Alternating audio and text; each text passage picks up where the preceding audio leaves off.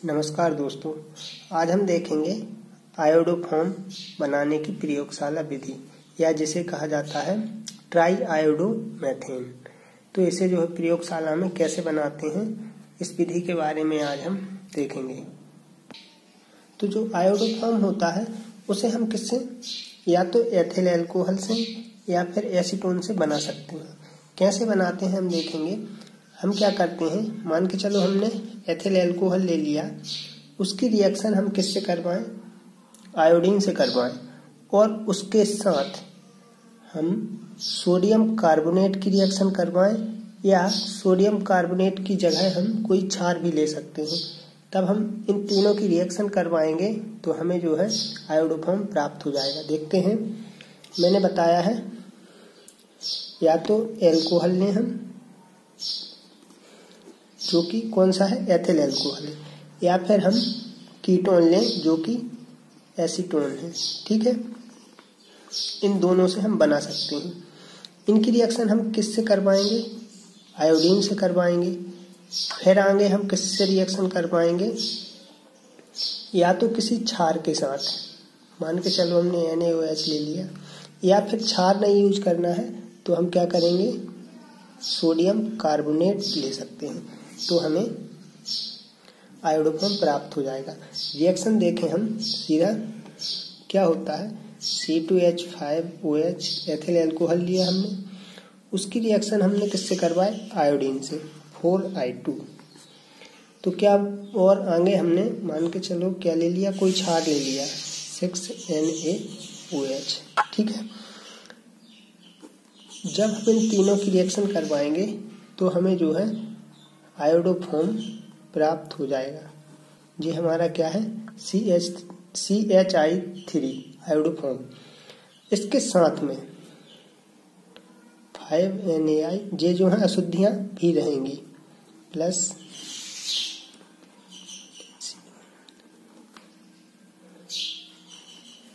ये जो है अशुद्धियां भी रहेंगी। ठीक है, हमारा जो मुख्य प्रोडक्ट है वो क्या है, आयोडोफॉर्म है। अब मान के चलो हमें जो है एसीटोन से बनाना है, तो हम क्या करेंगे, हमने एसीटोन लिया, CH3CO CH3। ठीक है, हमने इसकी रिएक्शन आयोडीन के 3 अणुओं से करवाई, और यहाँ हम क्या ले लेते हैं, सोडियम कार्बोनेट ले लेते हैं कि 2। ठीक, तो हमें क्या प्राप्त हो जाएगा, यहाँ लिख देता हूँ CHI3। ये हमारा क्या है, मुख्य उत्पाद है आयोडोफॉर्म। ठीक है, और इसके साथ हमें अशुद्धियां भी प्राप्त होंगी जो कि बाद में हम अलग कर लेते हैं पानी से और अल्कोहल से, CH3COONA plus 2CO2 plus H2O। ठीक है, तो जो हमारा मुख्य उत्पाद है वो आयोडोफॉर्म होता है। अब हम क्या करते हैं, ये जो रिएक्शंस होती हैं, मान के चलो ये रिएक्शन हुई हमारी, तो ये क्या कहलाती है, आयोडोफॉर्म रिएक्शन कहलाती है। ठीक है, ऐसे ही ये रिएक्शन जो है हमारी वो भी आयोडोफॉर्म रिएक्शन कहलाती है। जो आयोडोफॉर्म अभिक्रिया होती है वे सभी यौगिक आयोडोफॉर्म अभिक्रिया देते हैं जिनमें CH3CO क्रियात्मक समूह होता है। ठीक है, वो सभी यौगिक जिनमें CH3CO क्रियात्मक समूह होता है वो आयोडोफॉर्म अभिक्रिया देते हैं। ठीक है, अब यदि हम इस रिएक्शन की बात करें तो आप लोगों को जो है थोड़ा कम समझ में आया होगा। हम इसको जो है डिटेल में देखते हैं। डिटेल में मतलब क्या होता है, मान के चलो हमने क्या किया है कि हमारा यहाँ जो है दोनों विधि, ये अल्कोहल या फिर एसीटोन से हमने बना के देख लिया। अब हम जो मेन रिएक्शन होती है कि अल्कोहल से कैसे कैसे रिएक्शन होती है वो देखेंगे। ठीक है, मान के चलो हमने एथिल अल्कोहल ले लिया, C2H5OH। ठीक है, इसकी रिएक्शन हमने किससे करवाई, आयोडीन से करवाई, आयोडीन के 1 अणु से। ठीक, तो क्या होगा, CH3 CHO बन जाएगा और 2HI जो है अलग हो जाएगा।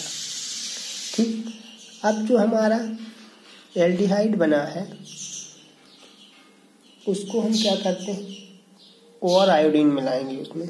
ठीक है, CH3CHO प्लस 3I2।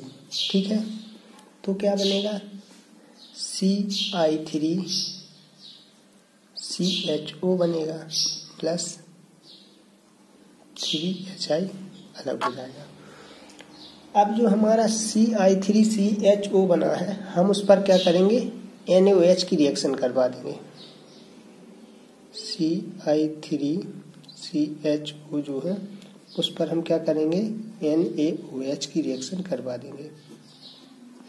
तो क्या बन जाएगा, CHI3 बन गया। ठीक है, प्लस HCOO Na अलग हो जाएगा। अब देखिए, हमने ऊपर जो रिएक्शन देखी थी उसमें सीधा बता दिया था कि इन तीनों की यदि हम रिएक्शन करवाएं तो हमें आयोडोफॉर्म प्राप्त हो जाता है और HCOONA जो है साथ में रहता है या अशुद्धि के रूप में रहता है। अब यदि हम इसी को तोड़ के देखा तो क्या बना, पहले हमने एल्कोहल की रिएक्शन आयोडीन की एक अणु से करवाई तो हमें एल्डिहाइड प्राप्त हुआ। फिर उस एल्डिहाइड से हमने 3 आयोडीन की रिएक्शन करवाई तो हमें CI3CHO प्राप्त हुआ। फिर हमने उसकी रिएक्शन NaOH से करवाई तो हमें आयोडोफॉर्म प्राप्त हो गया। ठीक है, उम्मीद है आप लोगों को समझ में आया होगा। अब हम चलते हैं कि हम इसे, ये तो हो गई मौखिक रूप से बात। अब यदि हम बात करें प्रयोगशाला में खुद से कैसे बनाएंगे, कुछ इस तरह का हमारा उपकरण रहेगा। ठीक है, एक ट्राइपॉड लिया है, उस पर हम, उसके नीचे बर्नर लगा है, उस पर एक बालू ऊष्मक रखा है, उसमें हमारा एक गोल पेंदी का फ्लास्क रखा है। जो हमारा जल ऊष्मक है उसमें हमने थर्मामीटर फिट कर दिया है। अब होता क्या है, देखिए हमने क्या किया, एक गोल पेंदी का फ्लास्क लिया, उसमें 10 ग्राम सोडियम कार्बोनेट लिया हमने। इसकी क्वांटिटी याद रखना, ये है 10 ग्राम। अब हम क्या करते हैं, इस सोडियम कार्बोनेट को 50 ml जल में घोलते हैं। जब हमने सोडियम कार्बोनेट को 50 ml जल में घोल लिया तो हम क्या करते हैं, उसमें 10 ml, अब देखिए या तो हम एल्कोहल डालेंगे या फिर एसीटोन डालेंगे। एल्कोहल में कौन सा है हमारा, एथिल एल्कोहल है, तो हमने यहाँ एथिल एल्कोहल यूज किया है। आप चाहें तो एसीटोन यूज कर सकते हैं, उसकी मात्रा रहेगी 10 ग्राम, दोनों में से किसी एक की मात्रा। फिर हम क्या करते हैं, इस घोल को इस जल ऊष्मक पर रखकर गर्म करते हैं लगभग 70 डिग्री सेल्सियस तक। हमने यहाँ क्या किया है, जो सोडियम कार्बोनेट था उसे 50 ml जल में घोला, उसमें 10 ml हमारा जो है मुख्य कंपाउंड या तो एथिल एल्कोहल या एसीटोन कोई एक चीज मिलाई और उसको इस फ्लास्क में डाल के गर्म किया। ठीक है, अब हम क्या करते हैं, इस फ्लास्क में 5 ग्राम आयोडीन की डालते हैं धीरे धीरे। जो हमारा पेस्ट बन गया था उसमें हम 5 ग्राम आयोडीन डालेंगे धीरे धीरे। ठीक है, जब हमारा आयोडीन डाल देंगे हम, तब क्या करते हैं, हम इस फ्लास्क को तब तक गर्म करते हैं जब तक कि आयोडीन का रंग ना उड़ जाए, या हम कहें हमें जब तक आयोडोफॉर्म के पीले रंग के क्रिस्टल ना प्राप्त हो जाएं तब तक हम जो है इसको गर्म करते रहते हैं। जब आयोडीन का रंग उड़ जाएगा मतलब हमारी रिएक्शन पूरी हो गई, तब हमें क्या होगा, पीले रंग के क्रिस्टल जो है आयोडोफॉर्म के प्राप्त हो जाएंगे।